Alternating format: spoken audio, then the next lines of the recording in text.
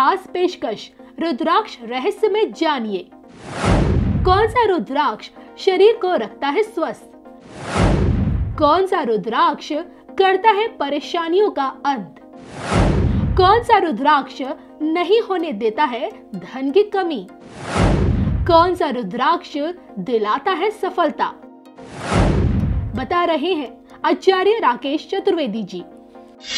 नमस्कार, रुद्राक्ष रहस्य में एक बार फिर आप सबका स्वागत है। हमेशा की तरह मैं हूं आपके साथ कविता राणा और मेरे साथ हैं एस्ट्रोलॉजी, न्यूमरोलॉजी और वास्तु शास्त्र के जानकार आचार्य राकेश चतुर्वेदी जी। जी नमस्कार कविता जी, नमस्कार दर्शकों, जय जय श्री राधे। तो आज हम आपको बताने जा रहे हैं राशि अनुसार आपको कौन सा रुद्राक्ष धारण करना चाहिए। ये तो आप जानते हैं, रुद्राक्ष जो कि महादेव शिव शंकर का अवतार माना जाता है, उनका अंश कहा गया है। और ऐसे में आखिरकार मेष राशि वाले जातकों के लिए, उनके स्वास्थ्य के लिए, उनके धन धान्य के लिए, उनके काम कारोबार के लिए कौन सा रुद्राक्ष इन लोगों को धारण करना चाहिए और रुद्राक्ष धारण करते समय क्या नियमों का पालन करना चाहिए और अगर आप इसे पहनते हैं तो क्या करें क्या नहीं। देखिए, इसी पर आज हम चर्चा करेंगे चतुर्वेदी जी से।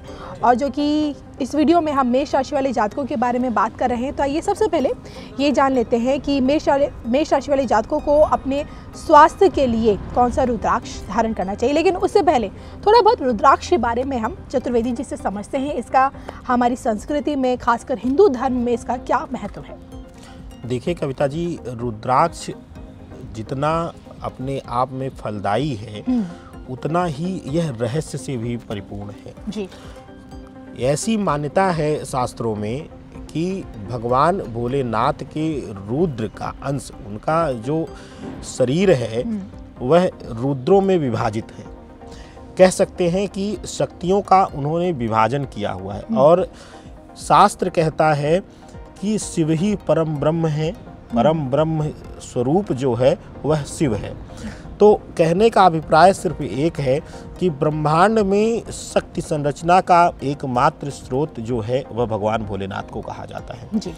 और हम धरावासी पृथ्वी पर रहने वाले प्राणी इतने सौभाग्यशाली हैं कि साक्षात उनका जो रुद्रों का फल है, जो रुद्र रूपी बीज है, वह हमें रुद्राक्ष फल के रूप में प्राप्त होता है, जो कि हमारे जीवन में भगवान भोलेनाथ की विशेष कृपा अनुकंपा प्राप्त करने का एक माध्यम बनता है। रुद्राक्ष बहुत शक्तिशाली है।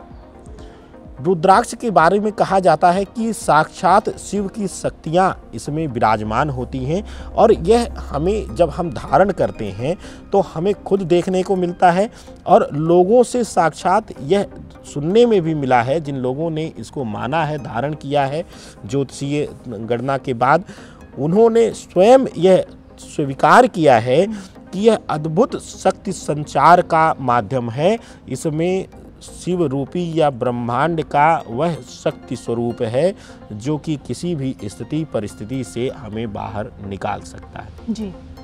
तो रुद्राक्ष अपने आप में एक ब्रह्म शक्ति स्वरूप है और रुद्राक्ष जो है वह अपने आप में शक्ति रहस्य और इस संसार में शिव के नाम का, शिव के प्रारूप का एक प्रतिबिंब इस धरा पर मौजूद है कविता जी।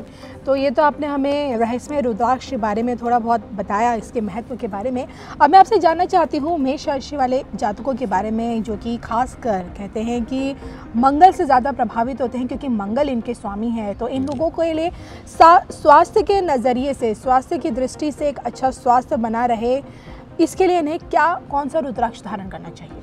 देखिए, मेष राशि वालों के लिए यहाँ पर एक प्रधानता आ जाती है कि इनके साथ हमेशा से स्वास्थ्य का जो विषय रहता है वह हमेशा से शुभ चिंताजनक विषय इनके लिए रहता है। विशेष करके मेष राशि के वह जातक जो बहुत ज़्यादा वाहन इत्यादि चलाते हैं या बहुत ज़्यादा जर्नी करते हैं, दुर्घटना और मेष राशि का संबंध बहुत करीबी का है।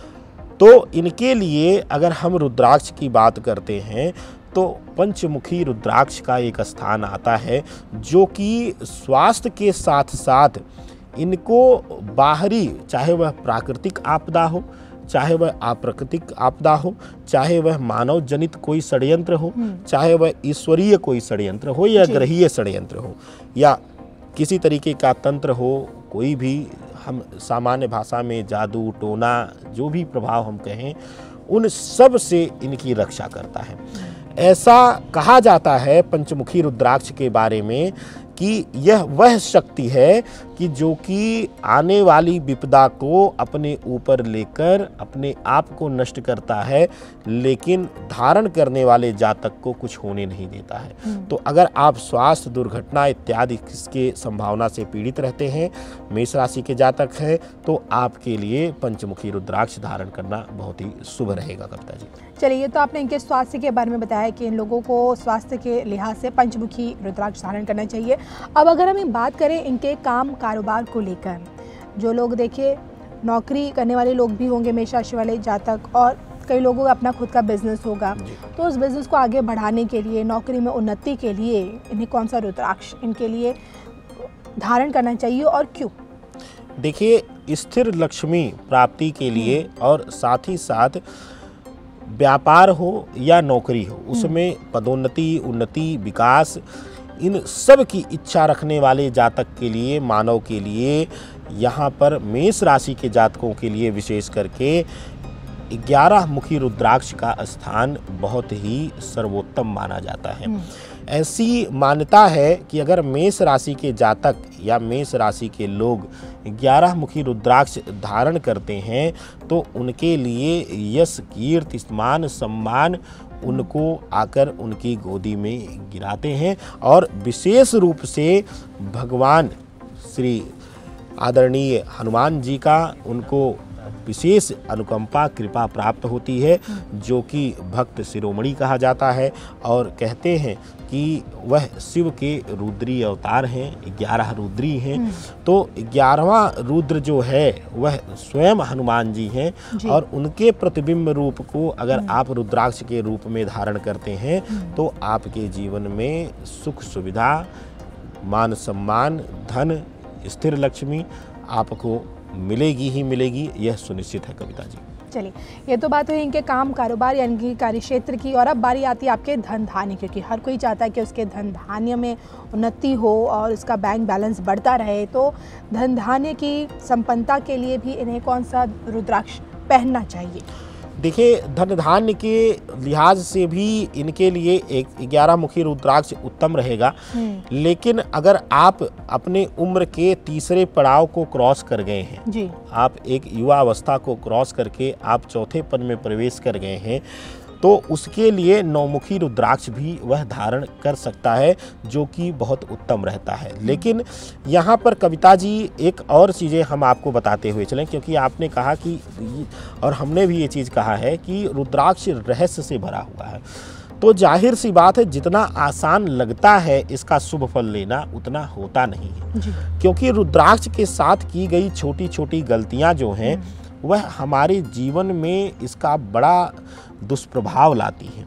तो 9 मुखी रुद्राक्ष को, जैसे कि हमने यहाँ पर एक बताया कि चौथे पद में धन, वह इसलिए हमने कहा है कि 9 मुखी रुद्राक्ष के लिए कहा जाता है कि यह परिवार से विरक्त कर देगा आपको, या कह लें कि दूरी कर देगा आपको। सिर्फ और सिर्फ जिस उद्देश्य से आप इसको धारण करेंगे उसी उद्देश्य से इसको ले जाएगा। यह हालांकि उत्कृष्ट लेवल के व्यापारी, उच्च लेवल के, या फिर बहुत ज़्यादा एकदम से ईश्वर में समर्पित ध्यानलीन साधु, योगी, सन्यासी, दोनों लोग इसको धारण करते हैं। तो अगर आप एक अपने मानसिक ठहराव के पड़ाव पर आ चुके हैं, आपके अंदर भटकाव नहीं है, चारित्रिक भटकाव नहीं है, और अब परिवार को स्थायित्व दे चुके हैं आप, तो आप 11 मुखी की जगह 9 मुखी रुद्राक्ष भी धारण कर सकते हैं। आपके लिए यह शुभ रहेगा कविता जी। चलिए, अब बारी आती है कि रुद्राक्ष धारण करने के क्या नियम होते हैं? देखिए, रुद्राक्ष जब भी धारण किया जाए, इसके लिए तो विधि विधान से अगर कहा जाए तो इसकी पद्धति बहुत लंबी हो जाती है कविता जी, लेकिन हर किसी सामान्य इंसान के लिए वह पूर्ण विधि करना संभव नहीं है। नियम शास्त्र यह कहता है कि दुग्ध, पंचामृत, बेलपत्र इत्यादि से इसका अभिषेक करके, इसको पूजित करके उसके बाद इसको धारण किया जाए। लेकिन अगर आप साधारण रूप से इसको धारण करने का आप पूछते हैं हमसे, तो आम जनमानस के लिए, आम लोगों के लिए, जिस पे आडंबर ना रहे, बहुत ही साधारणतया इसको धारण किया जा सकता है। आपको कच्चा दूध लेना है, गाय का दूध को प्राथमिकता देना है। अगर गाय का दूध नहीं मिलता है तो अन्य दूध का इस्तेमाल ना करें, आप गंगा जल का प्रयोग कर लें। गंगा जल लेके अगर आप पढ़ सकते हैं तो शिव रुद्र अष्टाध्यायी पढ़ लीजिए।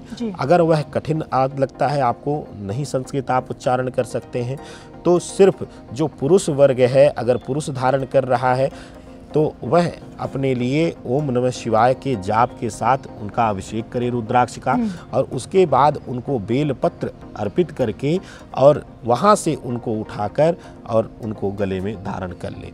इसी तरीके से अगर स्त्री वर्ग इसको धारण करना चाहता है और वह पूजा करना चाहता है तो वह ओम को यहाँ पर विराम दे देगा और सिर्फ नमः शिवाय के जप के साथ वह अपना करेगा, या श्री लगा लेगा, श्रींग लगा लेगा। वहाँ पे श्रींग जब आएगा तो वह शिव पार्वती के रूप को दर्शा देगा और वहाँ पर शक्ति और शिव के मिलन को दर्शा देगा। वहाँ पर शक्ति बढ़ जाएगी और इस तरीके से शुद्धि करके सेम पद्धति से, सेम विधि से आप इसको धारण कर सकते हैं कविता जी। चलिए, ये तो आपने बता दिया कि धारण करने के क्या इसके नियम हैं, लेकिन जाते जाते मैं आपसे ये जानना चाहूँगी कि धारण करने के बाद व्यक्ति को क्या करना चाहिए और क्या नहीं, मतलब किन विशेष चीज़ों का ध्यान रखना अनिवार्य है? देखिए, रुद्राक्ष धारण करने की विधियों और उसकी सावधानियों में बड़ी भ्रांतियाँ हैं। लोग बहुत डराते हैं जी।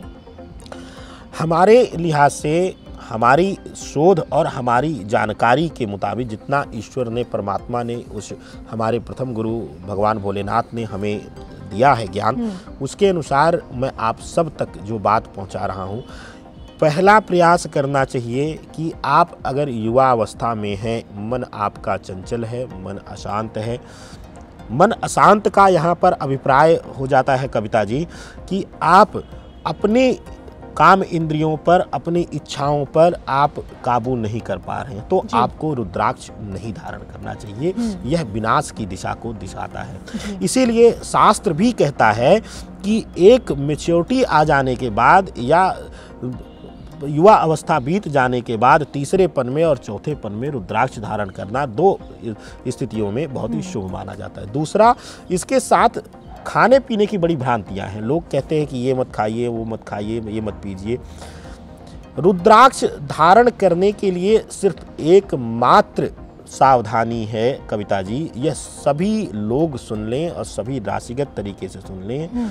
शिव अपने आप में शिव धर्मी थे। शिव धर्म में, शिव उपासना में कुछ भी खाना या पीना वर्जित नहीं माना जाता है अगर आप उसको अपने गुरु को समर्पित करके खा रहे हैं जी। यही एक कारण है कि जो अघोरी साधु हैं, जो उपासक हैं, वह किसी भी चीज़ का पान कर लेते हैं। यही यहाँ भी है। तो आपको खाने पीने में कोई हमारी तरफ से आपत्ति नहीं है, लेकिन प्रयास करें सात्विक रह लें, यह आपके लिए उत्तम होगा। इसके साथ मात्र एक सावधानी बरतनी चाहिए, शयन से पहले रुद्राक्ष उतार कर रख देना चाहिए। और विशेष करके वह लोग जो स्त्री पुरुष के संबंध में हैं या संबंध बनाते हैं, उस स्थिति में विकट रूप से यह हानि देता है, विनाश की लीला, विनाश का तांडव रचता है। क्योंकि यहाँ पर आप पार्वती, माँ पार्वती के क्रोध के भागी बनते हैं और वहाँ पर आपको विनाश देखना पड़ता है। तो मात्र एक सावधानी है कविता जी, यह अपने दर्शकों के साथ भी मैं कहता हूँ, किसी भ्रम में मत आइए। आपका जो स्वभाव, जो आपकी हैबिट है, खाइए पीजिए, हमें कोई आपत्ति नहीं है। लेकिन जो सबसे बड़ा इसमें बर्ताव है वह शयन से पहले रुद्राक्ष उतार कर कहीं ना कहीं आपको रख देना चाहिए, या जहां आपको लगे कि आप झूठ, छल, कपट इत्यादि का प्रयोग कर रहे हैं वहां भी इसको अवॉइड करना चाहिए। शरीर से इसकी दूरी होनी चाहिए कविता जी। चलिए, तो ये थे हमारे साथ आचार्य राकेश चतुर्वेदी जी, जिनसे हमने जाना है कि आखिरकार विशेषकर मेष राशि वाले जातकों के लिए कौन कौन से रुद्राक्ष उन्हें धारण करने चाहिए जो उनकी सेहत, उनके धन धान्य, उनके काम कारोबार के लिहाज से उत्तम है। उम्मीद करते हैं कि आपको हमारे वीडियो ज़रूर पसंद आएगा। इसी के साथ मुझे और आचार्य जी को दीजिए इजाज़त। नमस्कार।